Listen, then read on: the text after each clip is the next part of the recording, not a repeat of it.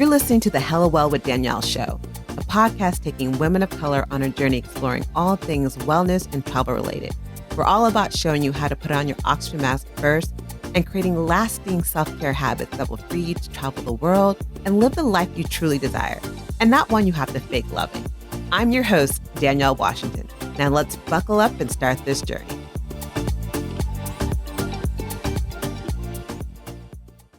Hello, and welcome to the Hella Well with Danielle podcast. I am your host, Danielle Washington.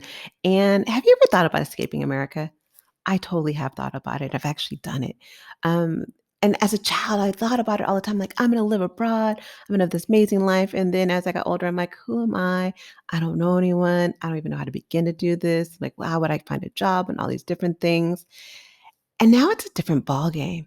With the pandemic, it's allowing so many people to work remotely. And working remotely and working from home doesn't mean you have to be in the location of your actual job. Working remotely or working from home could be you working in Mexico, working in Ghana, working in Bali, and all these different places, or living in Italy, which is where I lived abroad for many years.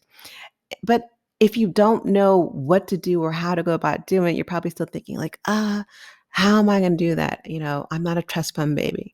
So I'm excited to have my guest on today. Her name is Clair B Soares. She is the founder of the multi-million travel company, Up in the Air Life. If you don't know them, you definitely need to check them out. She's also the founder of the CEO-funded CEO coaching program. And she's living in Mexico, living her best life. What I love about Claire is she totally believes in doing what you love, being who you are, and living life out loud. And she didn't plan everything. And so I wanted to make sure this is clear. She wasn't like, I'm going to plan this out for months and years, which is what I did. And she figured out how to live abroad and is living abroad happily and living the life that she chooses, and not just surviving, but she is thriving. So if you've ever thought about living abroad or just want to know what's life like living abroad as a person of color, make sure to tune in to the rest of this podcast. Hey, Claire, thanks for joining me on the Hello with Danielle podcast. How are you doing today from Mexico? I'm doing good. Today is Mexican Independence Day, and I just had my quintessential pozole that my house manager brought over. It's quite amazing. And that's what you eat on Mexican Independence Day. So for those who don't know what a pozole is, can you explain what that is before we go any further? Yeah, it's my first time having it. It was like a red sauce. It was not spicy, but like soup. And it had chunks of pork, a little bit of chicken, a little bit of seafood, like mixed seafood. And then it was served with a little bit of lettuce on top, sliced spicy jalapeno, and avocado. And it was quite delicious. Okay, you're making a sister hella hungry right now. I don't even think I took a picture of it, but it was quite amazing. Oh, no. So, I wanted to have this conversation about living abroad. And like, I know you've moved to Mexico and you've been there for quite some time now. But I think now with the pandemic going on and a lot of companies, seeing a lot of tech companies, offering more remote working accesses, people are thinking, can I move abroad? Should I move abroad? Especially people of color. And I wondered, even before starting, how did you decide I'm going to leave this country, and how long ago was that? So I've been in Mexico for about 3 years. And when I decided to go to Mexico, I never planned like, oh my God, I'm going to move to Mexico. It was that, oh, well, I wanted to come stay there longer. My friend helped me get a 6-month lease, and I got a 6-month lease. And then I just was like, okay, if I like it, I'll stay longer. One of the things I think for people when they're planning on moving abroad is they really force it to be this all or nothing thing, similar to dieting. I'm not going to have any bacon. I'm not going to have any steak. Instead of making it like, I have to sell all my things and move to a foreign country. Okay, that's a really hard thing to do. I did not do that. I wouldn't recommend it. It's actually nice to just say, you know what, I'm going to stay somewhere longer. It may be a month, it may be 3 months, but I think that's another option to actually decide if you like somewhere versus so yeah, that's what I did. I actually put all my stuff in storage, and my stuff was in storage for 2 years. Oh, and wow. It wasn't until last year. So I've rented out my house for 2 years. I'm glad I did not make any knee-jerk reactions. And then after 2 years, my tenants moved out. And then I ended up refurbishing my place, renovating it. And then now it's a Airbnb that actually pays for everything now, my I'm like, lifestyle. it's making you So, money. I love that, and I yeah, love I that think that's you. like, I was saying, I love go that ahead. you thought about the fact that it's not about, I'm going to be here for a year, or 2 years, or for a lifetime, but it's like, okay, let's look at this in smaller chunks. And when you're looking at it in smaller chunks, it's a different ball game. 'Cause like for me, I lived in Italy for 2 years. In my mindset, I was like, I'm moving here forever. F you, America. I'm out. Ciao, Italy. And I had, planned it out, and I didn't know the language at the time. I don't know if you knew Spanish before going to Mexico or not. Hmm. Didn't know the language, didn't know a soul. And I was just like, I got this. I'm like, my total Virgo inside of me can figure this out. So I found a school that, taught Italian, where I'm like, okay, I'm in school. I'll make friends. Bet I'll have an instant community. They'll hook me up with a place to live. I don't have to look for a place to live. Everything that could have gone wrong went completely wrong. The school was hella small. There was only one other girl that was kind of consistent there, and she was Japanese and she had an Italian boyfriend. Her Italian boyfriend didn't let her out Hmm. the house. I was like, some Ike Turner Oh, ish. wow. So she wasn't able to go out. The house where they set me up with was a nice family, like a young couple, but they didn't speak any English, which I guess in the theory that worked out great, but it was outside the city center. So I was like a little stuck in trying to get in and out of the city center of Rome. But because the school was so small, I learned Italian within 2 months, which is great. But I clearly didn't end up staying there forever because I had issues working there, and at the time I wasn't in a position to work remotely. Like, how do you recommend if people aren't able to work remotely, still find ways to live abroad? Wow. That's like a brick wall, I feel like. So if you can't work remotely, you can't really move to a foreign country. Well, you can, obviously, you can do whatever you like to do. But the challenge you're going to be is that you're going to work illegally in that foreign country if you actually need to work. Yeah, So that can be risky depending on where you are. I definitely would highly recommend, and I just believe anyone, if you're working in America anywhere, like, and you're an American, like, there are tons of jobs that you can get online. There's Upwork. It's just one of many places. We hire almost everyone that that works for us off of yeah, Upwork. There's lots of opportunities on Upwork, not to mention a lot of jobs now that you actually can work remote. So I don't know. Like, I don't know. If you don't have a job online, it would be very difficult unless you are a trust fund baby or you just have money saved. When I first moved, I had a business. So I started my business in 2013. So I had quit my full-time job in 2018. So when I moved out okay, here, the gravy train for my full-time job was over. Not really a gravy train because the sacrifice of working for someone. yes. But when I started, I just was working for myself. So I think you should, or you may want to consider an online job, because if not, I'm not sure, what would you do? What did you do?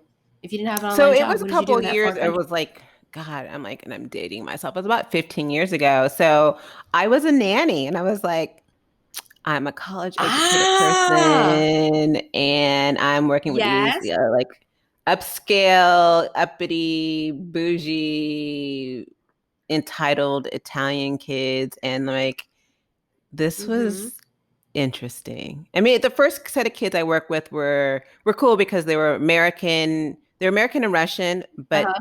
English was their third language, Mm-hmm. so they knew Italian and Russian, but their English wasn't so good, which I thought was kind of Mm-hmm. interesting, saying their father was hardcore 100% American. And then the other one were two Italian kids. Like I lived in this villa, they had a yacht, and like it was just beautiful. But the kids were just unruly. And I was at the point where I had a large savings. So I went through I Uh-huh. had a significant savings, and you don't realize how much money you have going out when you don't have money coming in. I'm like, and then also there was a time like, do I Facts. really, can I afford this Coke? Should I be being here? And then also my visa was up by that point in time. And so I was like living illegally. It was around the time of the bombings in Spain. And I was like, I don't want to get deported. Like, I want to leave on my own time. And so I eventually came back to America, and I'm like, I'll be back here. Wow. Yeah. This is a book in the making, by the way. What's comical, I actually was writing a book. Like the things that happen to This me, most this people. is a book. So I had a situation where, I mean, I won't go into details. Like I literally almost got sold into a sex slave situation. I mean, there were so What? many crazy things. Yeah, I had so many crazy things occur to me when I was living in Italy. Like I was literally writing a book and journaling it all, and then one of the nanny, the mothers who I was nannying for, stole all my journals and threw them away. Yeah, so journals were gone. Wow. Yeah, I was like, Hmm. okay, I'm I'm gonna about leave to go this get my family. popcorn because I want to go hear all about this. But it was great. I living in Italy changed who I was as a person. It literally gave me the confidence that I could do anything I put my mind to. I can go to a country where I don't speak the language, where I don't have any friends. Um, I Hmm. can do all these different things, and it just I don't think I'd be here today where I am now if I didn't have that Hmm. time in Italy. So, like for you, like what made you decide to move? Like, well, I guess we talked about what made you decide to move, but like, how did you decide on Mexico? Yeah. Like, why Mexico? Right. So I had one of my closest friends lives here, and so what had happened was I had lost a baby about 6 months prior to that, and Right. so I was at a really low point where I was literally like, okay, when I lost the baby, I just felt like, okay, well, what am I? Like, what am Yeah. I doing? Like, I thought I was going to be a mom, and it was like super. I would never have imagined it would have affected me that way. But when Yeah. that was over, I felt like I didn't really have a purpose. I wasn't really sure. And so my whole life, a lot of it was living out what I was taught to do, like going up the corporate ladder, getting a good job, the white picket fence. I didn't have success in love. It was like ups and down roller coaster. I had a great job, I made lots of money, but I still was missing my true joy. I mean, there were bouts of joy, but I truly wasn't happy. And then when I Mm-hmm. hit the brick walls in corporate, I just could not get promoted to where I wanted to be, no matter how good I was, no matter how many deals I closed or what I did. It just, I was stuck. And so once I lost the baby, I took a leave of absence. And during that time, I had decided 6 months, I'm going to Mexico. And what happened was my friend had said, come down here because he knew I was just, I was depressed. And I Yeah. came down here and I hung out with him. And that weekend, I met about 8 different Black women who lived in Playa del Carmen.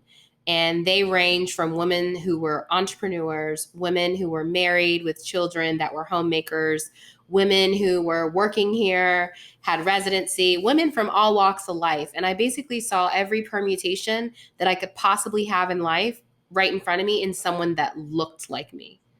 And Yeah. then that sealed the deal. I was like, I'm moving here. Literally 6 months later, I found a place. He helped me find a place, and I got a lease for 6 months. And I haven't looked back. It's been 3 years. Um, and that was kind of it. Like I was just tired of just being in America and the American dream that I was working for. I just felt like it doesn't really exist. And so Mexico has been a healing place for me, a healing place to just, really figure out what I want from life.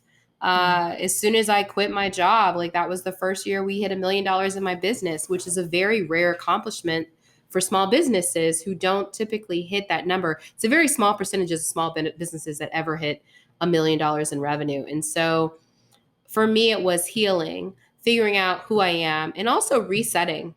And being here, I feel like I'm just in a great place. I'm able to constantly reset. Resetting to me means figuring out what I want, changing what I want, deciding what's next for me. Mm-hmm. So, yeah, it's like a sanctuary.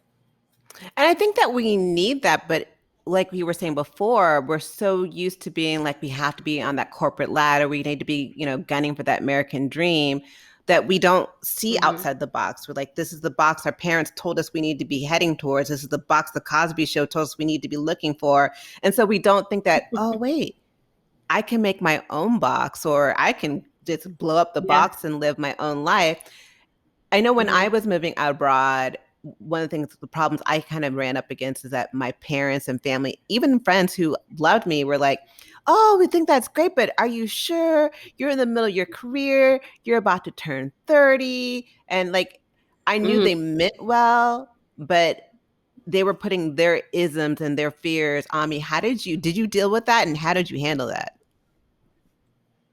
Um, when someone else, is projecting their fears on me, I don't look at it as something I have to handle. That's their thing. It's not mine. I don't care what other people think about me. I mean, that started for me. Um, I don't know. Like at some point, I just stopped caring. And so for me, when they are projecting that on me, it's literally they're projecting their own Hmm. fears that life is not generous enough, their own fears of whatever. And I think a lot of times people that are bringing those things to you, they wish they had the courage to do what you're doing. And they're probably Yeah. not happy in their current situation. So Yeah. Facts. for me, like, I don't take it on. Like, hey, like, I hear your concerns, but I'm good. I'm good, love, Yeah. and joy. Deuces, I'm out. And it's funny for me, a lot of those people, same people afterwards, like, oh, that's so amazing. You inspired me. And in my head, I'm like, before I was going, you were shading me up the wazoo. But afterwards, you're like, oh, that's so amazing. One thing, Yeah. what's one thing you wish you knew before you went, like you Mhm. lived abroad? Like if someone was able to give Oh you a man. magic wand to go backwards and like you would have done something Mhm. different, like what are a couple of things you wish you knew before actually moving abroad? I wish I knew that I could have done this sooner. I regret that I didn't do it sooner. The biggest thing I wish I would have done is I wish I would have gotten a place here when I still had my full time job. Yeah. Because now that I realize like how little this is, like I could have gotten a place and I could have been here every other weekend or once a month until I figured it out. But I waited until like I kicked all the tables over to like do it. And so I wish I would have done it sooner. I think that, especially in Black circles, I think if you're not in the right circles, you don't even know this is even an option. So I'm glad that you have your podcast and there's more people talking about life abroad, especially Mexico. I mean, Mexico is the number one place that Americans reside outside of the United States.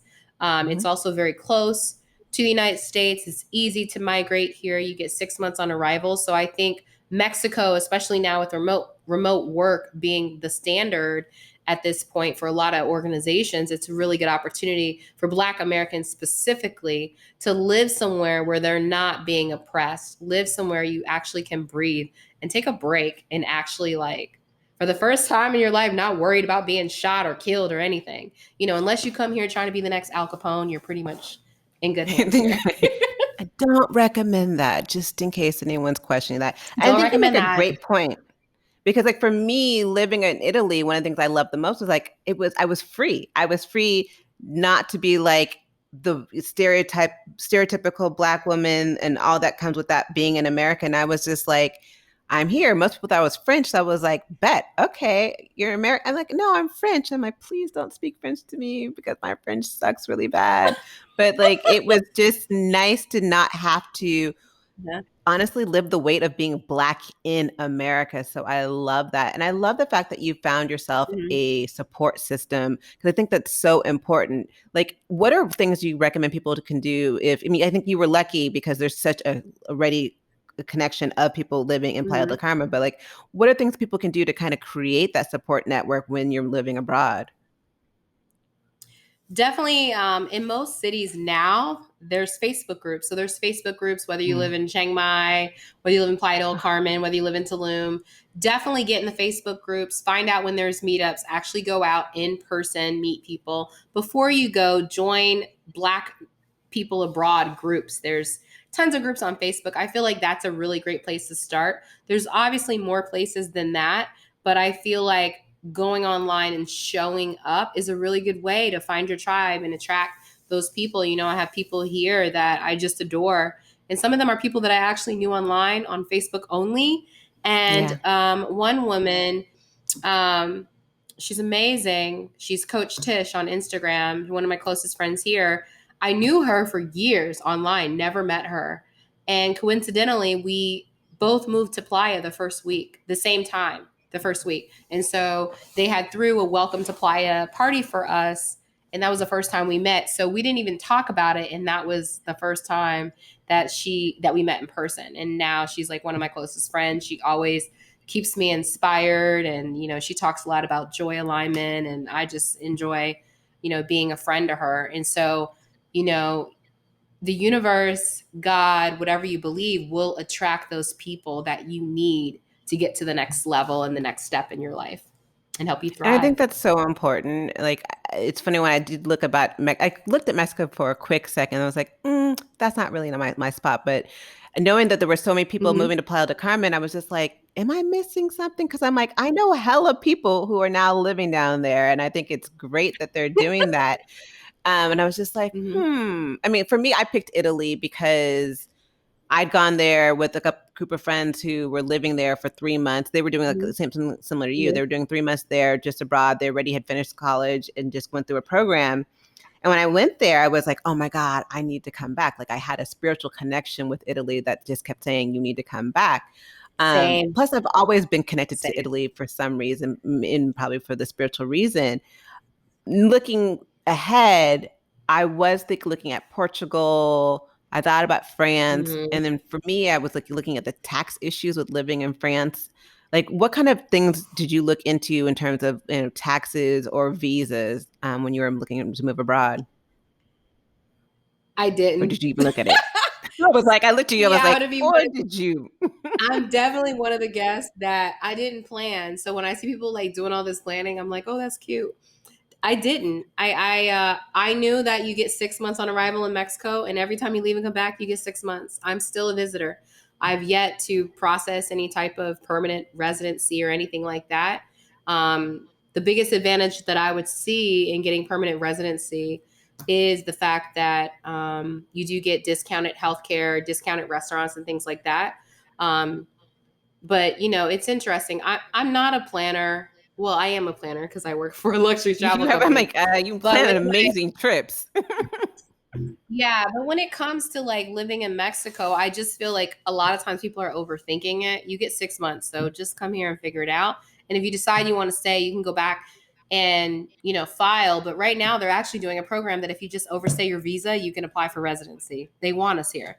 It's great for the economy. So I didn't do anything. You're still in America when you leave. I think that's a misnomer that people think when you leave, you're no longer American. You give up your citizenship. No, you're not. You still You still have to pay American. taxes. Exactly. But actually, when you're abroad for a certain amount of time, you actually don't pay taxes in the first like six figures ish, around those lines. But talk to your tax accountant on that. But yeah, but no, I didn't do any research. I just winged it.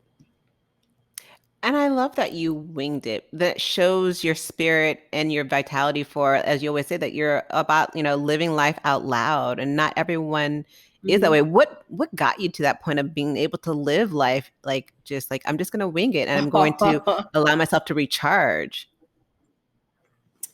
Man, it took a while to get here. I mean, definitely, I think quitting my job was the emancipation, a huge emancipation for me, quitting my job.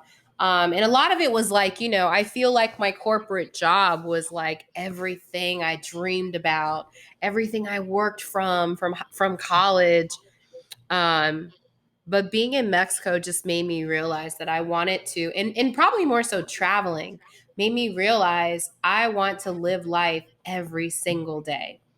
And Yeah. moving abroad lets me do that because every single day it's a different street. I still don't speak fluent Spanish. So there's another thing like, I get into these groups with people living abroad and someone told me like, you should, when people say should, I'm like, listen, I They don't should have to all do over you. anything. The shoulds. Yes. You should speak Spanish fluently. And I'm just like, honey, I don't need to. You're Mexico. Now, if I would like to speak Spanish fluently, which I do, that's great.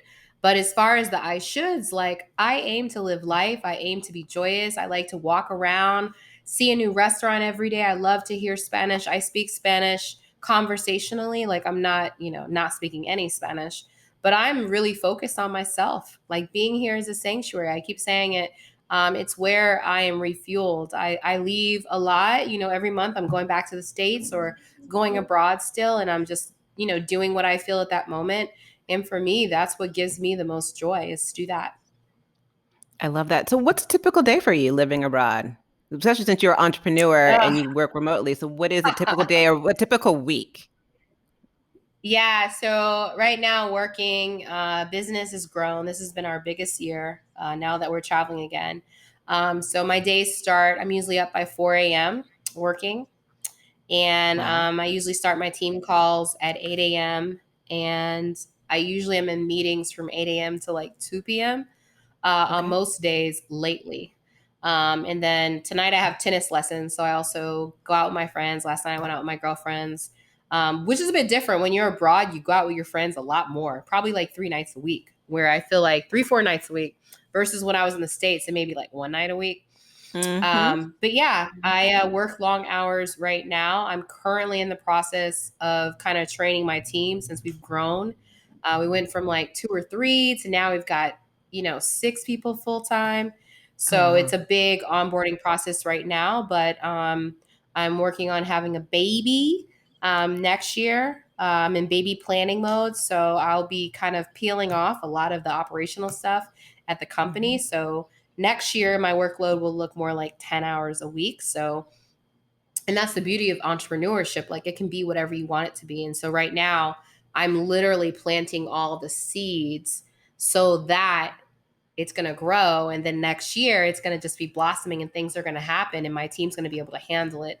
And I'll be able to do whatever it is, whether it's pregnant belly Claire or have a baby Claire or trying to get pregnant still Claire. Whatever it is, like I'm going to be able to enjoy a lot more next year for sure. I love that. And see, you are a planner because you're planning out for next year to have this baby. We're manifesting it now. The baby is a coming. You'll have two babies. You have Yeah, the one in your belly, but you also have a cute little dog named Sassy. Would you, are there other I things you would do. think about when living abroad with a dog? Oh yeah, so it's funny. I didn't do all the research, but I was checking to make sure my dog could get in and get out okay because you don't want any weird situation where they're confiscating your dog. So I did do No, oh all that God. research and the cool part was at this point now they're no longer doing these health certificates to get to Mexico. So it's pretty easy to go back and forth with your dog. Um, and yeah, she loves it here. The vet here is the best vet she's had in her entire life. Um, One of the things I've learned is like I feel like in the US things are like highly regulated. So like, when your dog is sick, like my dog had kidney disease, which required your dog to get subcontinent fluids, which basically means your dog needs an IV like every day Yeah. to help the kidneys flush the toxins out. And so when my dog's kidneys started to fail in Mexico, the vet's like, "Oh, let me teach you how to do that." So the vet taught me how to do it, and I did it from my house, and I Oh, was able to wow. order. Yeah, they had a service that delivered all the IV bags. I did everything at the house. She taught me. And then when I went to the US, they're like, oh, no, you can't do that. And I'm like, what? Like, that saved my dog's life. Like, now she's perfectly fine. If she needs fluids, I can give them myself anytime. But when I went to the States, they're like, you give your dog fluids? Like, that's dangerous. And I'm just like, no, it's not. Like, and so it's just very interesting. Like a lot of the things when it comes to medical care in Mexico is a lot different. It's really a cash system. If I want to get lab work, I literally walk in, tell them what I want. You take the labs, they email you the results. And so I think people's perception of what's considered a third world country, a lot of Americans come to foreign countries and they just assume that everything in the US is the standard or better. And it's not. Like they're very advanced. They're emailing me the results that day or the next day. It's very inexpensive. The doctor can come to my house for a very affordable rate. Like I ran into a gate on my bike. I needed like 14 stitches on my toe, and the doctor was over in 30 minutes. Wow.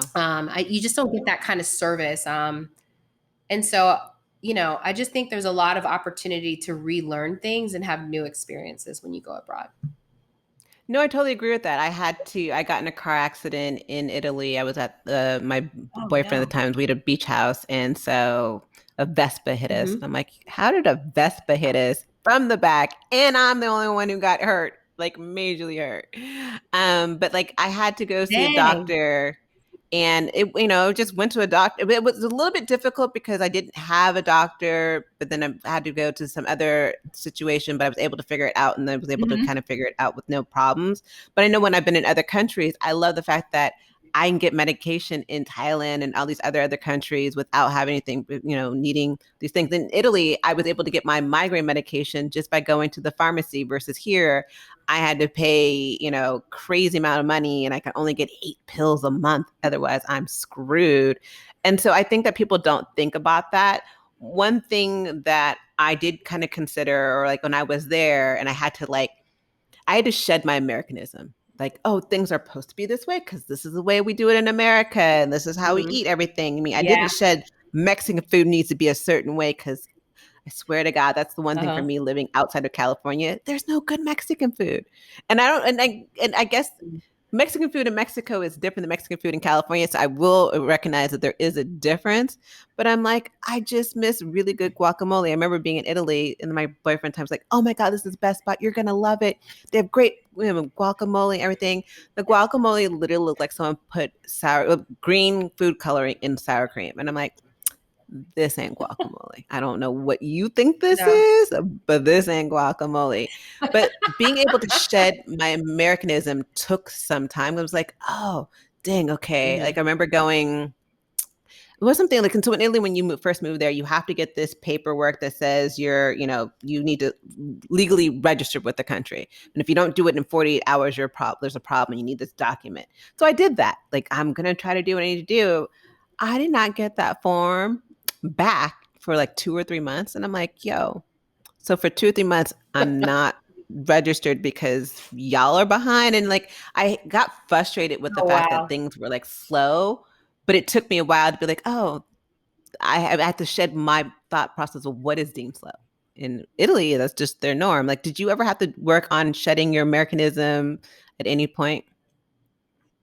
Yes, definitely. So, food coming up all together at once, when you order something, that's an Americanism. If you go to a high-end restaurant, yes, the food will come together. But regular Yes. places, the food comes out when it's ready.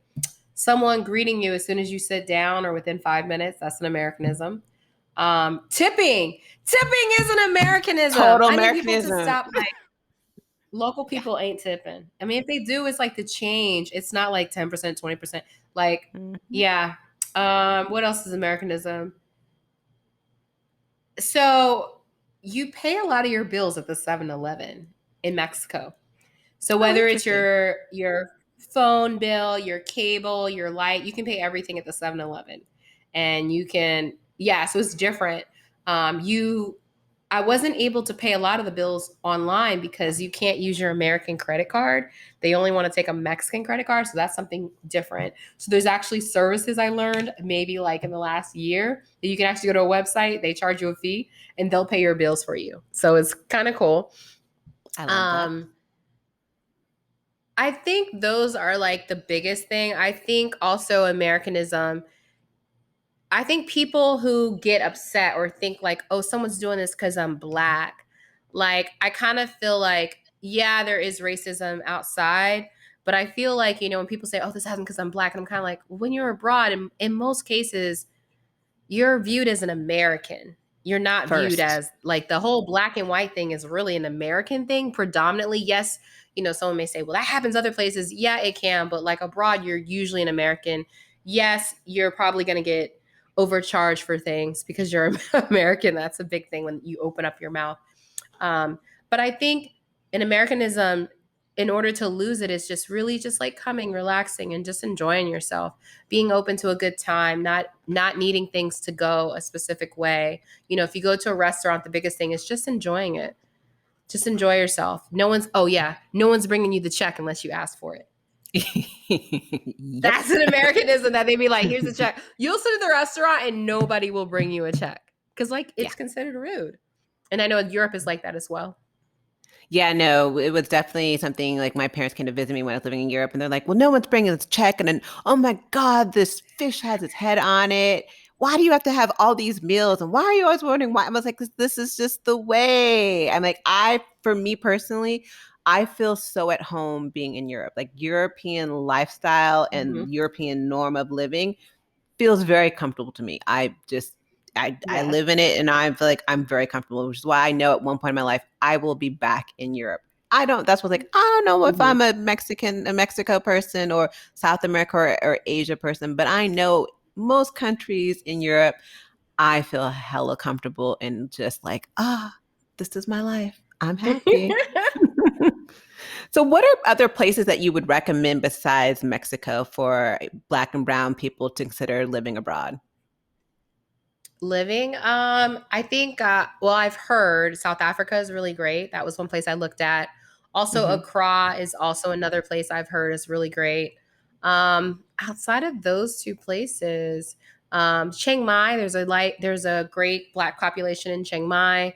The I only love issue with that. Thailand is there are some issues with staying there longer than a few months. Like you have to figure out how you're going to get those visas. I believe they're changing up their tune and letting people stay longer. Bali is also another phenomenal place that I've heard about a lot of expats being in Bali. But Yeah. my issues with being like, I think I would love to be in Bali or Chiang Mai for shorter periods of time, but I never want to go too far because I guess I worry like you can't get home for days if you're out that far. And Which you is why I kind can't. of like staying in Mexico. But I do want to go live somewhere else for sure. And I will. No, I definitely looked. I kind of looked at one point of doing Bali for about 3 months. But I was like, oh, do I really want to be in Bali for 3 months? I'm like, probably not. But I love, like, I met a bunch of people in the expat community in Chiang Mai, and I love being Hmm. there as well. There's just so many places, and I think people just need to figure out what's right for them. And it's not like, Hmm. oh, the Yeah. shoulds, you should, everyone's here. This is where you need to go.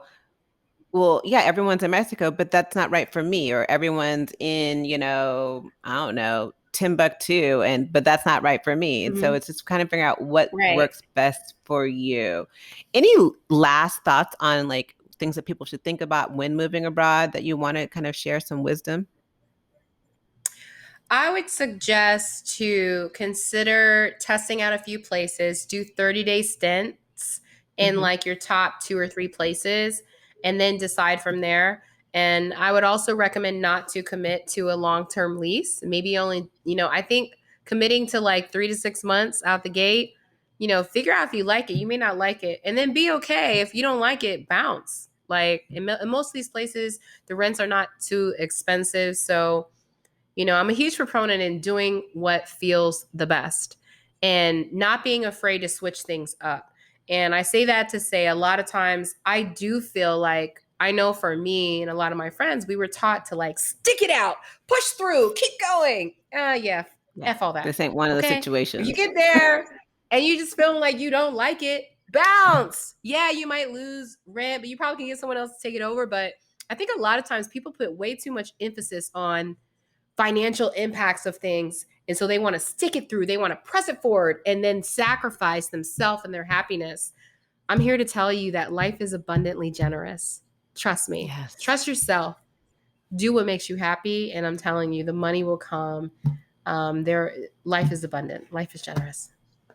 Yeah, and well, so many of us stick in certain situations because we're like, oh, we spent the money. And I'm like, and then like you were saying, is it worth the emotional toll, the emotional cost? And I don't think we think about that. And even when I first moved No. to Rome, and I was like, I freaking hate Rome. I mean, I love Rome as a city to visit, hate the Romans. I'm okay to say this online. I do not really care for Romans. They can kick rocks. I don't really care living there. They had too many issues. I'm out. So I was like, F this. I'm off to Oh Florence. dear.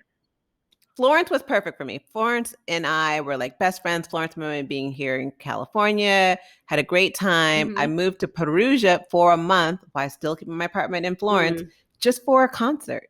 There was an Italian artist who I Mm-hmm. loved, and it was cheaper for me to move there for a month than to live in a hotel for a week. So I was like, why not a month in the hilltops Wow. of Umbria? And I'm like, so I was like Smart. hanging out in Umbria and then just traveled around. And so, but again, if I had been like, I have to, I said, I'm going to be in Rome, I'm going to stay in Rome. I don't think my trip Mm-hmm. and my experience in Italy would have been the same at all.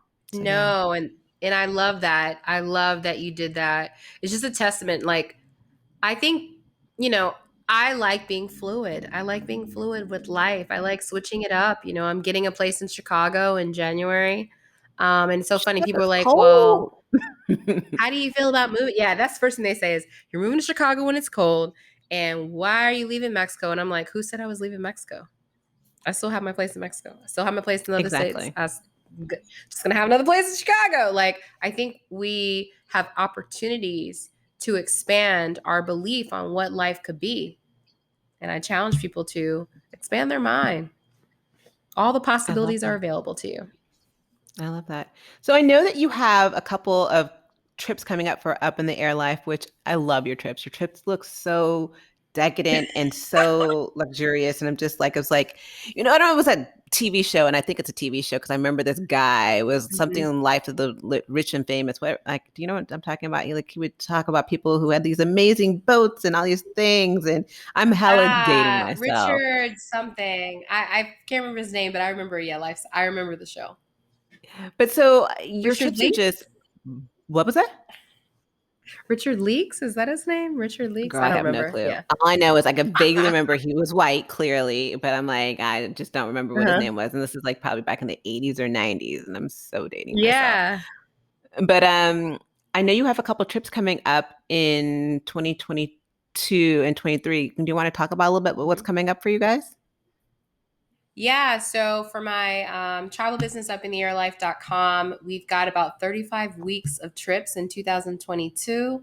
Another set of trips coming out 2023. We go everywhere from Antarctica to South Africa, Ghana, Asia, Vietnam, Thailand, all over the world. There's about 18 different destinations. And then what really inspires me now is I actually run a coaching business where I I'm coach talking about, yeah. entrepreneurs and aspiring entrepreneurs.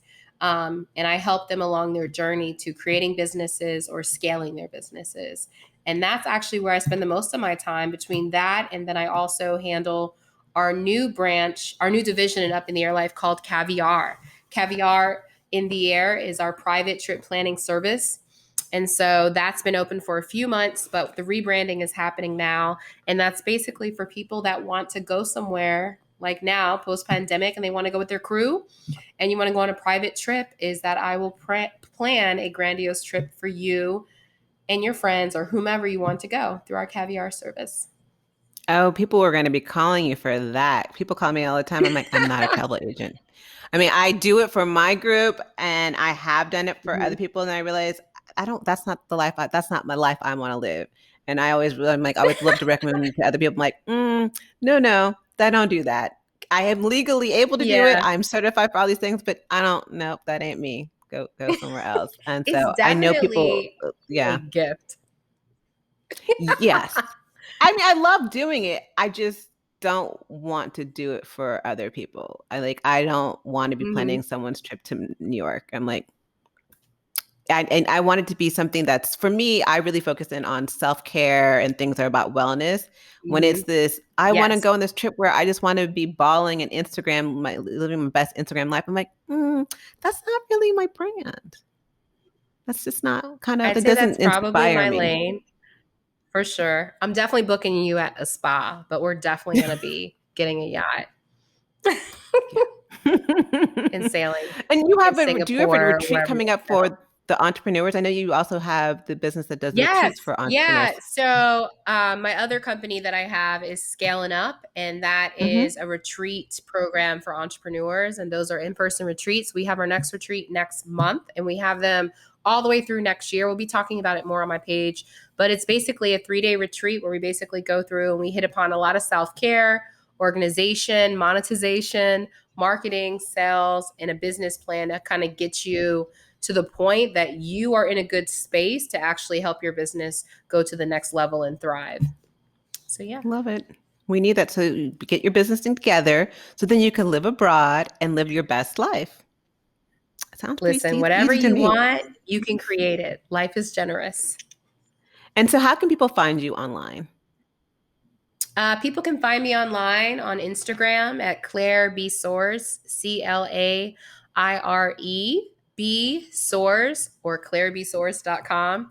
And then my travel company is upintheairlife.com. Love it. So I ask everyone some quick fire questions at the end.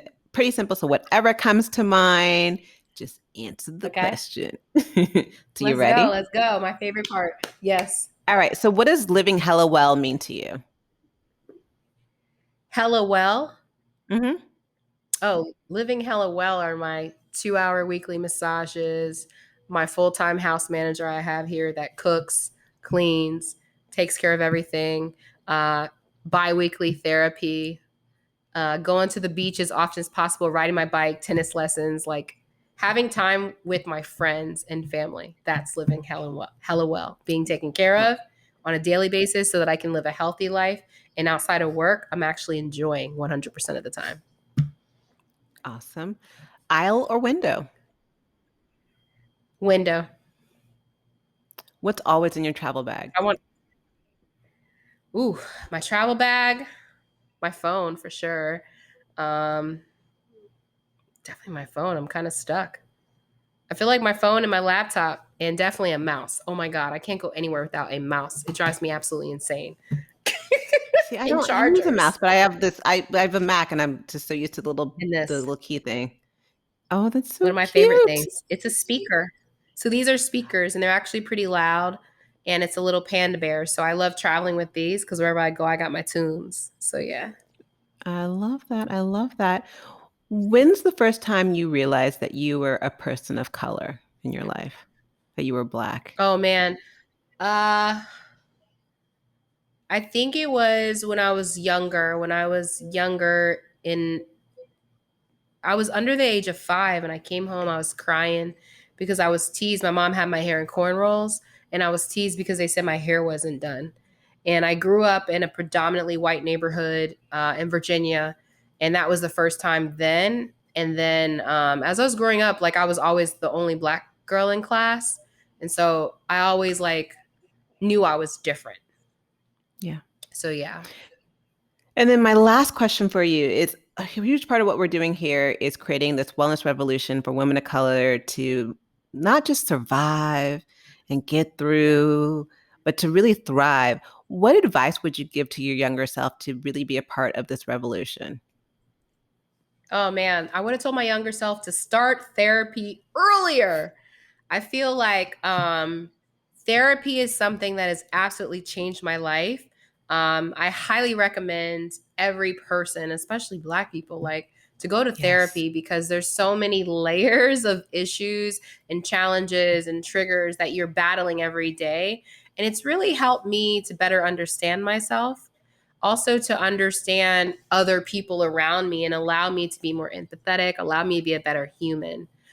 So I would have told my younger self to do more therapy. And I would have told my younger self to do study abroad without your friends. I wanted to do study abroad. I had all the paperwork and I still have the images of when I was looking at the study abroad paperwork, but I didn't do it because nobody would do it with me. I would have told my younger self to do it. Go to Paris like you wanted to. Yeah, I wish I did study abroad. Where I went to college, they actually require you to study abroad. Like after I graduated, Mm, for me, it happened like 1, 2 years hmm afterwards. But for me, it was required to do community service. I'm like, I wish I had that experience. I wish I did it at a younger age. I'm glad I did it at all, but I wish I had did it when I was younger. So hmm I love you. I wish you love and success and love and joy in Mexico. Continue enjoying Mexican Thank you. Independence Thank Day. you. I'll make sure to have all your links Yes. so people can connect with you on the website. Other than that, I'm going to say adios to everyone and we'll see you guys next week. Ciao. Bye.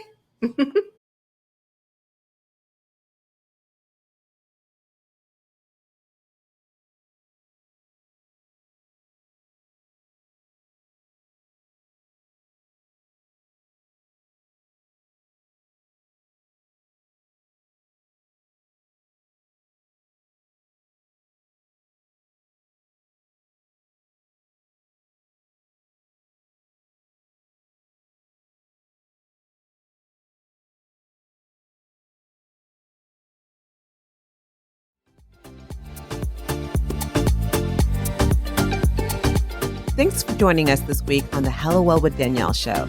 Make sure to visit our website, hellowellwithdanielle.com, where you can subscribe to our show on iTunes, Spotify, and Amazon Music and never miss an episode.